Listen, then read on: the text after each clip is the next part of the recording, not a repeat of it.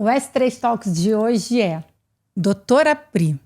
Comecei a dieta, emagreci 5 quilos e agora já tem uma semana, um mês que eu não perco 1 grama. Isso acontece ou eu tô fugindo da dieta?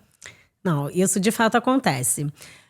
Qualquer tratamento que a gente faça para perda de peso, seja só mudança de estilo de vida, ou uso de medicamento, ou até cirurgia bariátrica, por exemplo, a gente tem uma perda de peso maior inicialmente.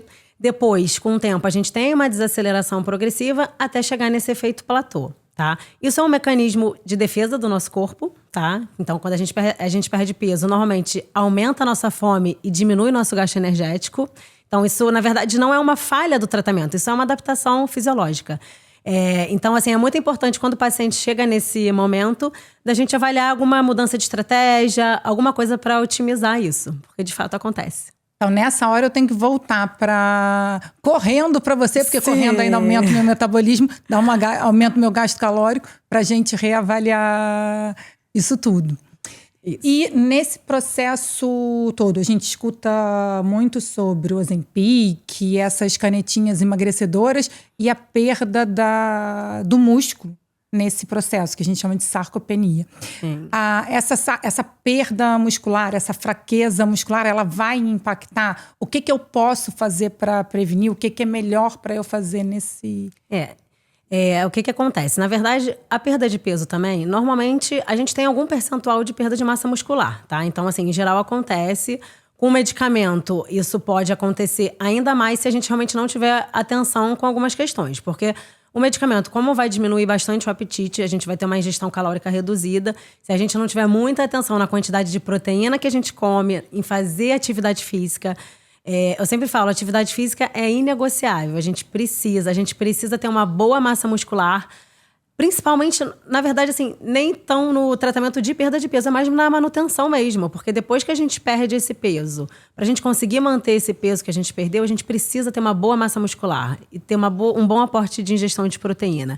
Se a gente fizer isso tudo direitinho, seguir essas recomendações, a gente vai ter um resultado muito melhor.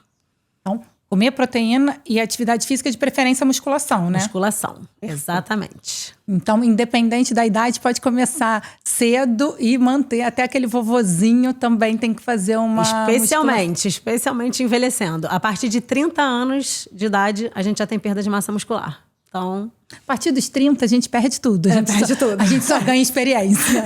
Mas tá bom, com experiência a gente aprende a manejar os outros problemas. E vamos a isso.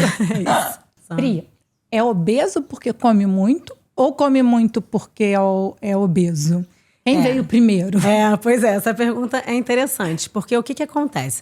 Normalmente, vou falar aqui da dopamina, que é um neurotransmissor que é muito importante para nos dar a sensação de prazer, tá?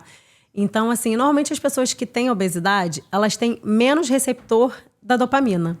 Então, o que acontece? Normalmente essas pessoas precisam comer mais do que uma pessoa que não tem obesidade para sentir o mesmo prazer. E pior do que isso, quais tipos alimentares liberam mais dopamina e mais rápido? Quais tipos alimentares?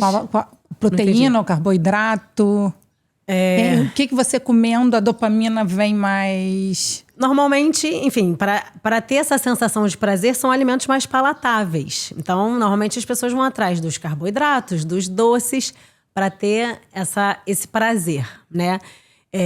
Então, assim, o sistema de recompensa, de fato, ele está prejudicado em quem tem obesidade.